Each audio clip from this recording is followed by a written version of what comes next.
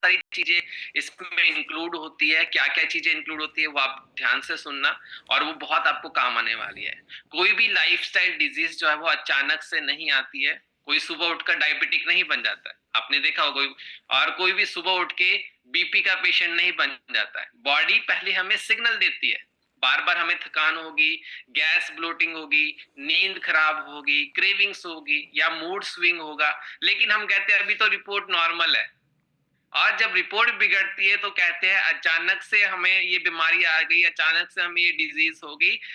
ये अचानक से नहीं होता, ये कोई एक्सीडेंट नहीं है, ये सालों की लाइफस्टाइल का रिजल्ट है। आपको सालों भर की लाइफस्टाइल का रिजल्ट है। आप रोज क्या खा रहे हैं, रोज कैसे सो रहे हैं, और रोज कितने टाइम पे सो रहे हैं, रोज के अगर लेट नाइट खाना खा रहे हैं, जंक फूड खा रहे हैं, ये सारी बीमारियों का कारण है ना। ये सभी लोगों के ये सभी लोगों को लगता है मुझे वो खाना खाने से ये प्रॉब्लम हो गई, मुझे ये खाना खाने से शुगर हो गई। लेकिन सोचिए, अगर खाना ही बीमारी करता तो वही खाना खाने वाले सभी लोग बीमार हो जाते। आप ही के घर में वैसे सेम फूड खाते हैं, बट आपको वो डिजीज होगी, उनको नहीं हुई। क्यों? क्योंकि सच ये है, खाना प्रॉब्लम नहीं है, खाना खाने की प्रॉब्लम नहीं है। प्रॉब्लम क्या है? बॉडी उसे कैसे हैंडल करती है, वो प्रॉब्लम है। आपकी बॉडी कैसे उसको डाइजेस्ट कर रही है, कैसे उसको एब्जॉर्ब कर रही है, और कैसे आपका मेटाबॉलिज्म वर्क कर रहा है। अगर ये तीनों चीजें सही तरीके से काम करेगी तो आपकी बॉडी उसी खाने से हील हो सकती है। तो सबसे पहला रूट कॉज क्या है? वो है इंसुलिन रेजिस्टेंस। इंसुलिन रेजिस्टेंस होता है सबसे पहला रूट कॉज। इंसुलिन को कैसे समझ सकते हैं? इंसुलिन आपकी बॉडी की चाबी है और सेल उसका ताला। काम कैसे करता है? शुगर को सेल के अंदर लेकर जाना है ताकि आपकी एनर्जी बनी रहे। लेकिन जब हम बार बार खाते हैं, बार बार रिफाइंड कार्ब्स खाते हैं, या शुगर ज्यादा लेते हैं, या एक्सरसाइज नहीं करते, तो हमारा इंसुलिन क्या है? बार बार बॉडी से निकलता है, और एक टाइम पे आकर सेल परेशान होकर बोलता है अब बहुत हो गया, अब मुझसे झेला नहीं जाएगा, और सेल इंसुलिन की सुनना बंद कर देता है। इसी को कहते हैं इंसुलिन रेजिस्टेंस। आपकी बॉडी उस पर रिस्पॉन्ड करना बंद कर देती है, तो इसको इंसुलिन रेजिस्टेंस कहते हैं। और इसका रिजल्ट क्या होता है? शुगर खून में ही घूमता रहता है, फैट पेट में जमा होने स्टार्ट हो जाती है। इसलिए बहुत लोगों को, जैसे फीमेल्स में पीसीओएस हो जाता है, डायबिटीज का रीजन ये हो जाता है। तो इंसुलिन रेजिस्टेंस की वजह से बहुत सारी प्रॉब्लम हो सकती है। ओके, सेकेंड रूट कॉज बीमारी का कौन सा होता है? वो होता है गट डिसबायोसिस। सबसे ज्यादा इग्नोर करने वाला सिस्टम हमारी बॉडी का जो है वो है गट। गट सिर्फ खाना पचाने के लिए नहीं होता है, गट कंट्रोल करता है इम्यूनिटी को, हार्मोन्स को, इन्फ्लामेशन को, और मूड को। अगर हमारा हेल्दी गट कैसा होना चाहिए? हमारे हेल्दी गट में गुड बैक्टीरिया ज्यादा होने चाहिए, बैड बैक्टीरिया कम होने चाहिए। यानी 80-20 की रेशियो है। 80% हमारे गुड बैक्टीरिया हमारी बॉडी में होने चाहिए, एंड 20% बैड बैक्टीरिया होने चाहिए। अगर ज्यादा बैड बैक्टीरिया होंगे तो वो गुड बैक्टीरिया को भी खा जाएंगे और आपके सेल्स को डैमेज करना स्टार्ट कर देंगे। लेकिन आज की लाइफस्टाइल क्या है? आज की लाइफस्टाइल में ज्यादा जंक फूड आ चुका है, ज्यादा एंटीबायोटिक्स आ चुकी है, ज्यादा स्ट्रेस आ चुका है, और फाइबर की कमी हमारे खाने में आज की डेट में हो चुकी है। इससे क्या होगा? आपका जो गट है वो बैलेंस बिगाड़ देती है, और इसी को कहते हैं गट डिसबायोसिस। और याद रखिए, हमेशा ये लाइन आप लिख सकते हैं, all disease start in the gut. आपके गट से ही हर प्रॉब्लम शुरू होती है।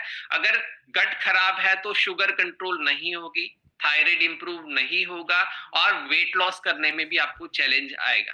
वेट लॉस आप नहीं कर पाएंगे। तो ये बहुत ही इंपॉर्टेंट पॉइंट है, बहुत ही इंपॉर्टेंट रूट कॉज है आपकी बॉडी में बीमारियों को दूर करने के लिए। इसके बाद जो रूट कॉज आता है बीमारियों का, वो आता है न्यूट्रिशन डेफिशिएंसी। न्यूट्रिएंट डेफिशिएंसी कौन सी होती है? न्यूट्रिएंट डेफिशिएंसी में बहुत सारे लोग ओवरवेट है, लेकिन अंदर से न्यूट्रिएंट डेफिशिएंट है। कॉमन डेफिशिएंसी कौन कौन सी होती है? बहुत सारे आज की डेट में देखा होगा, विटामिन डी की बहुत कमी हो चुकी है, B12 की बहुत कमी हो चुकी है, आयरन की बहुत ज्यादा कमी हो चुकी है, मैग्नीशियम की बहुत ज्यादा कमी हो चुकी है। अगर बॉडी में न्यूट्रिएंट्स प्रॉपर तरीके से नहीं जाएंगे तो बॉडी रिपेयर नहीं कर पाएगी, हार्मोन बैलेंस नहीं हो पाएगा, इम्यूनिटी स्ट्रांग नहीं हो पाएगी। और याद रखिए मेडिसिन तब फेल होती है जब न्यूट्रिशन मिसिंग होता है। क्या किसी भी डॉक्टर को ये कहते हुए सुना कि डिस्प्रिन की कमी की वजह से आपकी बॉडी में हेडेक हुआ है, या कुछ प्रॉब्लम की वजह से आपकी बॉडी में ये प्रॉब्लम हुआ? डॉक्टर हमेशा बोलेगा विटामिन सी की कमी से हुआ, या विटामिन डी की कमी से आपकी हड्डियों में दर्द है, या कैल्शियम की कमी से आपकी बॉडी में बोन स्ट्रांग नहीं है। तो हमेशा न्यूट्रिएंट की डेफिशिएंसी की वजह से हमारी बॉडी में प्रॉब्लम आती है। तो आपका न्यूट्रिशन पूरा होना बहुत इंपॉर्टेंट है। इसके बाद फोर्थ इंपॉर्टेंट रूट कॉज है, वो है इन्फ्लामेशन। इन्फ्लामेशन कोई दर्द नहीं होता है, इन्फ्लामेशन शरीर के अंदर जलती हुई आग है, दिखते नहीं है लेकिन अंदर से अंदर आपकी बॉडी को डैमेज करती रहती है, जिसमें डायबिटीज हो गया, बीपी हो गया, थायराइड हो गया, पीसीओएस हो गया, हार्ट डिजीज होगी। और इन सब का कॉमन रूट कोज है क्रॉनिक इन्फ्लामेशन। ये बढ़ता कैसे है? प्रोसेस्ड फूड हो गया, शुगर हो गया, स्ट्रेस हो गया, पुअर स्लीप हो गया, और ये सारी चीजें अगर आपकी लाइफ में ज्यादा आएगी तो ये आग और ज्यादा बढ़नी स्टार्ट होगी, आपकी बॉडी में इन्फ्लामेशन और ज्यादा बढ़ना स्टार्ट हो जाएगा। ये मोस्ट इंपॉर्टेंट हमारी बॉडी का रूट कॉज है, वो बहुत ही ज्यादा डिजीज को आपकी बॉडी में लाता है। ओके, इसके बाद आता है टॉक्सिन्स ओवरलोड। अगर एक डस्टबिन, अगर हम उसको ओवरलोड कर देंगे, क्या होगा? बाहर चीजें गिरनी स्टार्ट हो जाएगी। और आज हम रोज टॉक्सिन्स ले रहे हैं, वो हो सकता है एयर पोल्यूशन के माध्यम से, प्लास्टिक बॉटल के माध्यम से, केमिकल्स हमारी बॉडी में बहुत ज्यादा जा रहा है, प्रिजर्वेटिव हमारी बॉडी में बहुत जा रहा है। और इसका सीधा असर कहाँ पे पड़ता है? सीधा असर पड़ता है आपके लीवर पर। और जब लिवर ओवरलोड होता है तो आपकी बॉडी क्या आएगा? होगा, हार्मोन बैलेंस होगा, और आपकी बॉडी फैट बर्न करने वाले सिस्टम को ब्लॉक कर देगी। और ये लाइन आप लिख सकते हैं, अगर आपका लिवर वीक है तो आपको वेट लॉस करने में बहुत ज्यादा चैलेंज आ सकता है। तो आपके लिवर के ध्यान रखने के लिए आपको टॉक्सिन्स को खत्म करना है।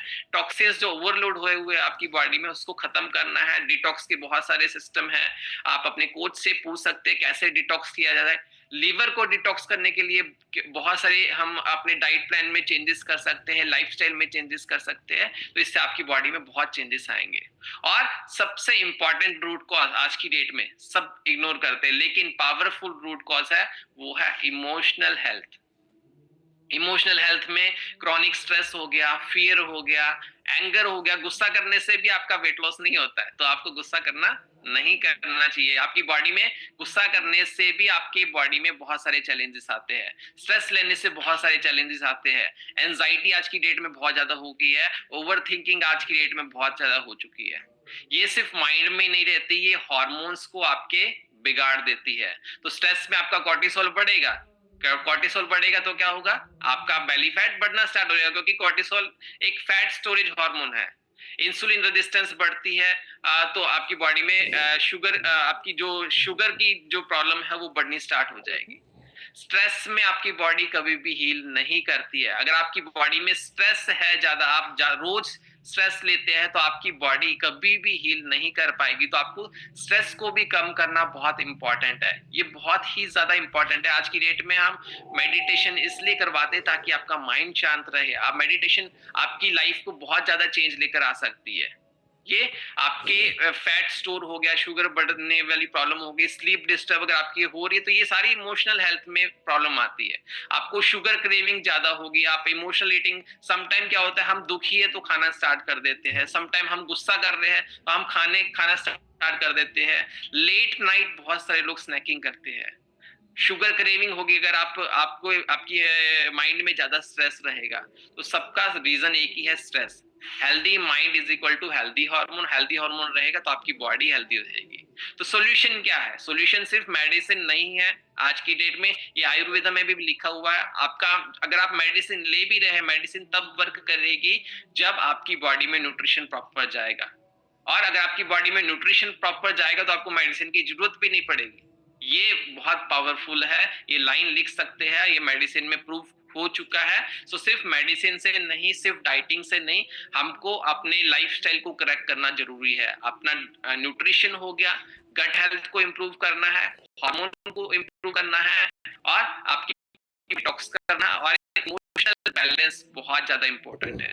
ओके, सो इसी अप्रोच के लिए हम वेस्टीज के ऊपर काम करें, और वेस्टीज आपके लिए बहुत हेल्प कर सकता है। ये बॉडी को रूट लेवल पर आपके रूट कॉज को ठीक करने में सपोर्ट करता है, सिम्टम्स को दबाता नहीं है, कॉज, क्योंकि हमारी बॉडी को इम्प्रूव करता है। अगर आप प्रोटीन एंड फाइबर लेंगे तो आपका इंसुलिन बैलेंस होगा, आप प्रोबायोटिक लेंगे यानी प्रोबायोटिक्स हमारा कंबाइनिंग लेंगे तो आपका गट हेल्थ इंप्रूव होगा, माइक्रोन्यूट्रिएंट हो लेंगे तो आपकी जो डेफिशिएंसी है विटामिन्स की होगी, वो डेफिशिएंसी आपकी पूरी होगी। एंटीऑक्सीडेंट अगर आप प्रॉपर तरीके से लेंगे तो आपका इन्फ्लेमेशन दूर, डिटॉक्स प्रॉपर तरीके से करेंगे तो आपका लीवर हेल्दी रहेगा। तो ये कोई मेडिसिन नहीं है, सारा लाइफ न्यूट्रिशन है। बहुत से लोगों को लगता है कि न्यूट्रिशन जो वेस्टीज के प्रोडक्ट आते हैं वो मेडिसिन फॉर्म में है। बहुत सारे लोग बोलते हैं मैंने ये दवाई ली, इसकी वजह से मुझे ये प्रॉब्लम ठीक हुई। सो ऑल और सारी चीजें जो है वो आपकी बॉडी में न्यूट्रिशन का काम करती है। और मैं हमेशा से कहता हूँ बॉडी को केमिकल की तरह नहीं, सेल्यूलर बॉडी को सेल्यूलर न्यूट्रिशन चाहिए। अगर आप वेट लॉस में स्ट्रगल कर रहे हैं, या शुगर में, या आपको चैलेंज है, थायराइड में कोई चैलेंज है, पीसीओडी से परेशान है, तो आपको अपना हेल्दी फ्यूचर के आपको लाइफस्टाइल चेंज करना है।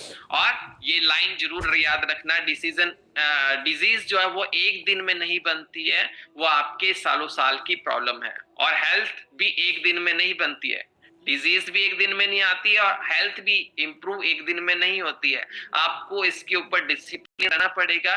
डिसिप्लिन रहेंगे तो डेफिनेटली आप अपने गोल को जरूर अचीव करेंगे, और रूट को आपका वो डायरेक्शन को सही कर सकता है, वो आपका जो गोल है वहां पर पहुंचाने में बहुत ज्यादा हेल्प कर सकता है। सो मेरा टॉपिक आज का यहीं तक था। सो thank you very much. I hope आप सभी लोगों को समझ में आए होंगे, आपकी प्रॉब्लम्स, आपके डिजीज के जो रूट कॉज तो आप उसके ऊपर काम करेंगे, एंड डेफिनेटली एक मेडिसिन फील्ड लाइफ एंजॉय करने वाले। Thank you very much, and amazing Saurabh sir. So thank you so much sir, thank you so much sir. No words. मैं